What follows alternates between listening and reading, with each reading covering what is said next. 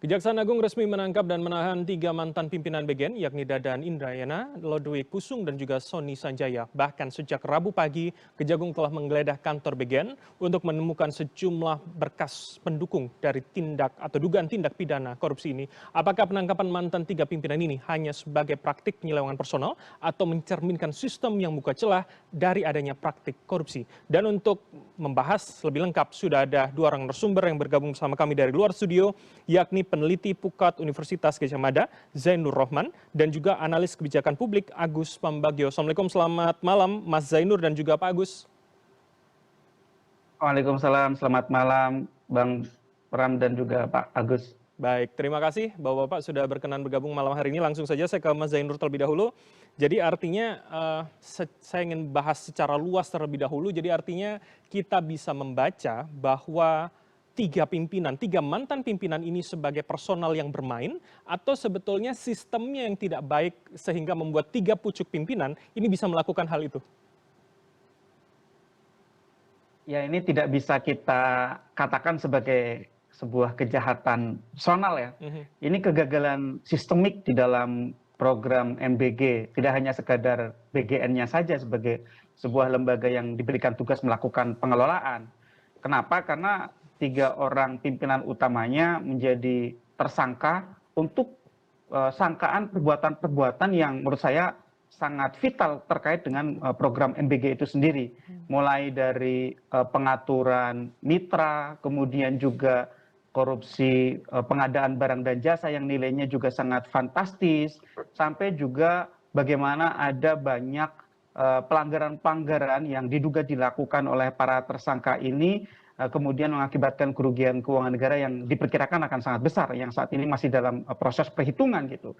Jadi kita tidak bisa mengatakan bahwa ini program ada korupsi yang dilakukan oleh segelintir orang. Tidak, ini adalah kegagalan sistemik yang sejak awal sudah diperkirakan oleh berbagai pihak. KPK sendiri dengan menggunakan Corruption Risk Assessment, CRA, itu juga sudah mengatakan bahwa program ini sangat rawan karena BGN sebagai sebuah lembaga yang umurnya masih sangat-sangat baru gitu ya, baru dibentuk tetapi diberikan tugas untuk melakukan pengelolaan anggaran yang fantastis, bahkan terakhir di angka 268 triliun.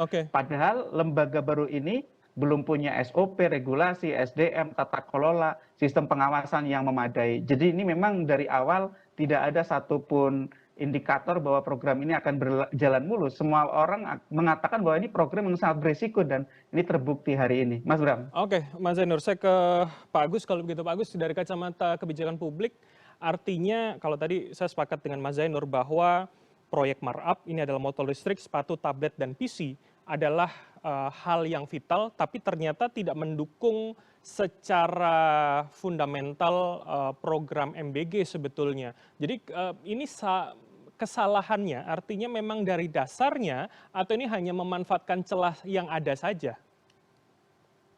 Begini, dari awal tahun 2024 saya sudah katakan bahwa ini program ambisius yang tanpa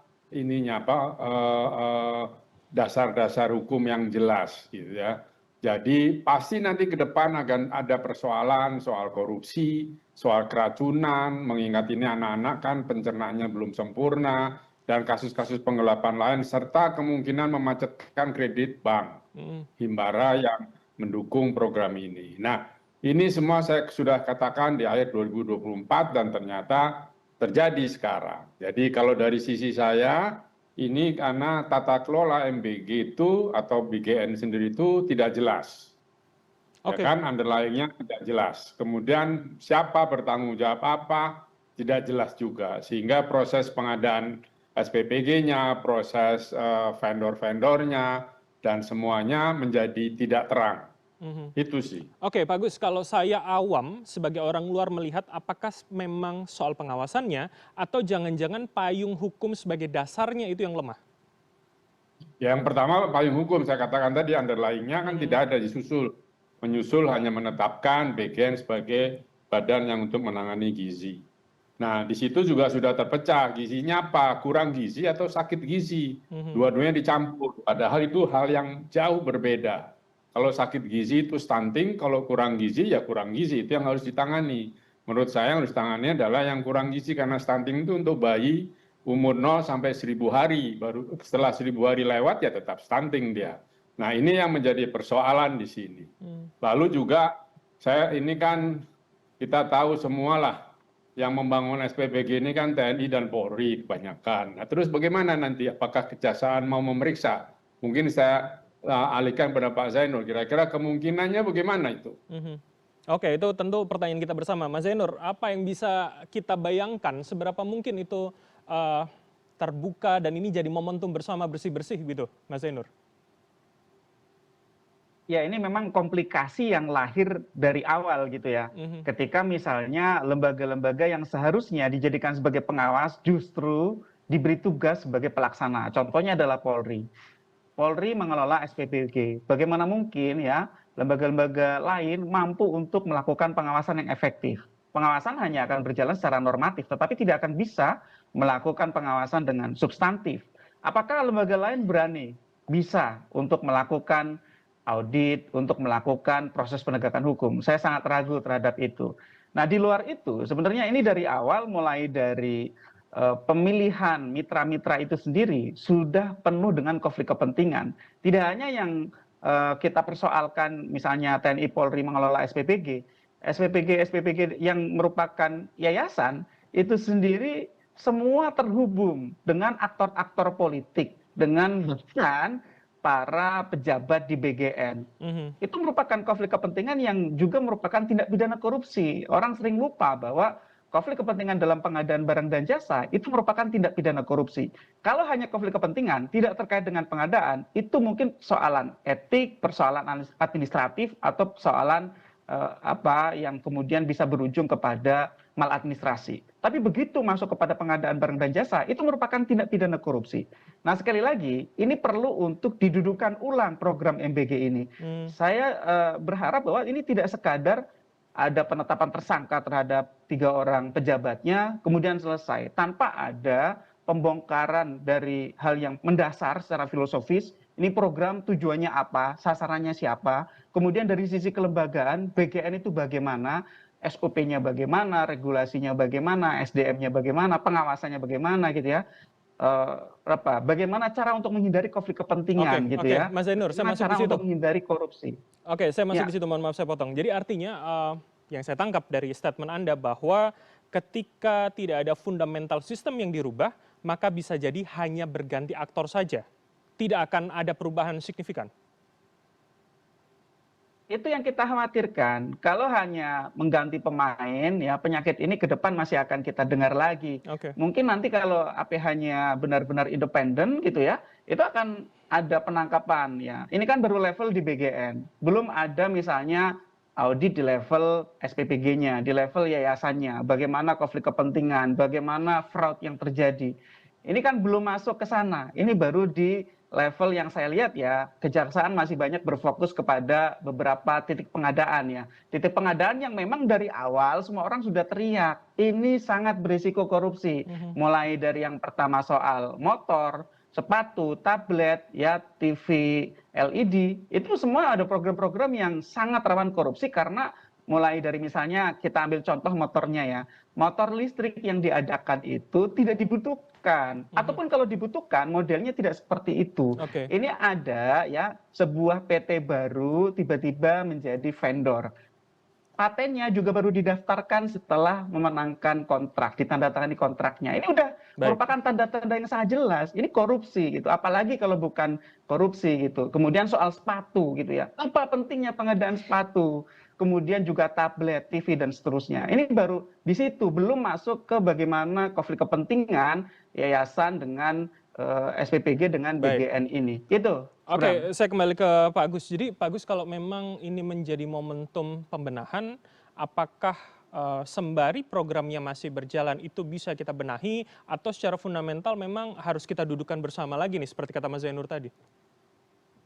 Saya dari awal katakan, misalnya kalau nggak salah, saya lupa, saya kira-kira Februari 2025 di media saya jelaskan bahwa MBG ini nggak jelas.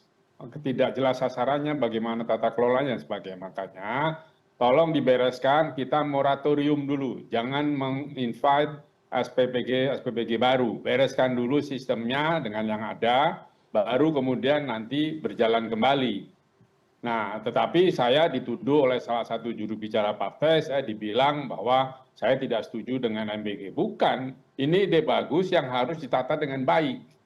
Ya kan? Dan apakah betul harus seluruh anak seluruh Indonesia serentak? Apakah kawan-kawan saya yang tinggal di Pondok Indah, di Menteng, di Kebayoran, anak-anaknya mau makan MBG? Enggak, dibuang itu. Jadi karena apa? Gizi dari orang tuanya jauh lebih baik. Nah, kalau untuk mohon maaf yang misalnya di Cilincing dan di mana-mana, bolehlah itu dikasih. Ya kan? Yang kota-kota besar, Medan, Surabaya, Padang, ngapain seluruh itu? Nggak ada. Yang ada dibuang oleh anak-anak itu. Kenapa? Tidak enak. Karena yang masak bukan juru masak. Ya kan? Nah, masaknya itu untuk 3.000 anak, itu tidak bisa masak malam ini. Pasti tadi pagi untuk diserahkan atau paling tidak sore ini. Baik. Dan makanan itu basi. Oke, gitu. Pak Agus, saya tekankan, saya konfirmasi ulang. Jadi maksud Anda moratorium adalah penghentian semuanya terlebih dahulu, atau kemudian ya jangan ada yang baru dulu?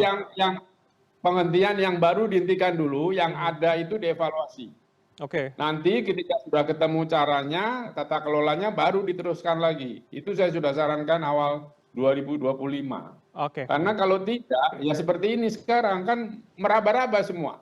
Padahal ahli gizi bilang makanan itu harus hangat bersuhu 60 derajat pada saat disajikan. Nggak mungkin.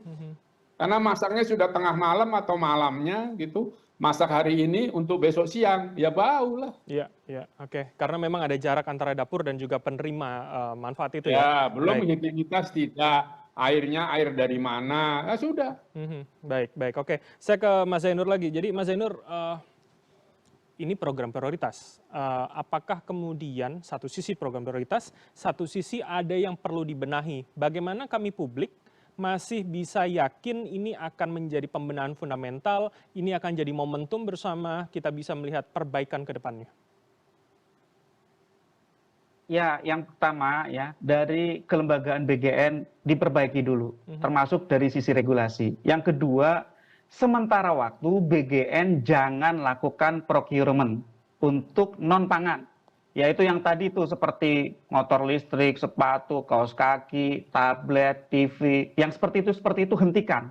Itu ladang korupsi. Ya, untuk saat ini kalau memang belum bisa dihentikan programnya untuk evaluasi, setidak-tidaknya hentikan yang non-pangan gitu ya. Yang selanjutnya menurut saya yang sangat penting, ini saatnya untuk audit ya. Auditnya tidak sekadar audit untuk dari sisi keuangan, tetapi yang paling penting dari sisi sistem ya. Bisa meminta bantuan kepada KPK. KPK punya fungsi, salah satunya adalah monitoring penyelenggaraan pemerintahan. Yang kedua juga pencegahan korupsi. Tentu dari sisi pemerintah sudah punya BPKP, tetapi KPK punya instrumen yang disebut sebagai CRA itu tadi yang saya sebut sebagai Corruption Risk Assessment, agar kemudian titik-titik lemahnya dapat diketahui untuk dilakukan perbaikan. Yang ketiga menurut saya yang sangat penting adalah ya konflik kepentingan itu harus diakhiri. Ya, mitra-mitra ini, yayasan-yayasan SPPG yang terafiliasi dengan person di BGN, kemudian person-person political appointee, ya, para pejabat politik yang kita tahu itu banyak punya SPPG untuk bisnis, itu harus dievaluasi. Ya, yang menurut saya juga sangat penting bagaimana yang sudah terlanjur seperti milik TNI Polri. Menurut saya untuk apa memberi tugas kepada TNI Polri mengelola SPPG, khususnya Polri ya. Polri itu tugasnya sudah sangat banyak. Polri sudah sangat kewalahan untuk menjaga keamanan dan ketertiban. Kenapa harus diberi tugas tambahan untuk mengelola SPPG?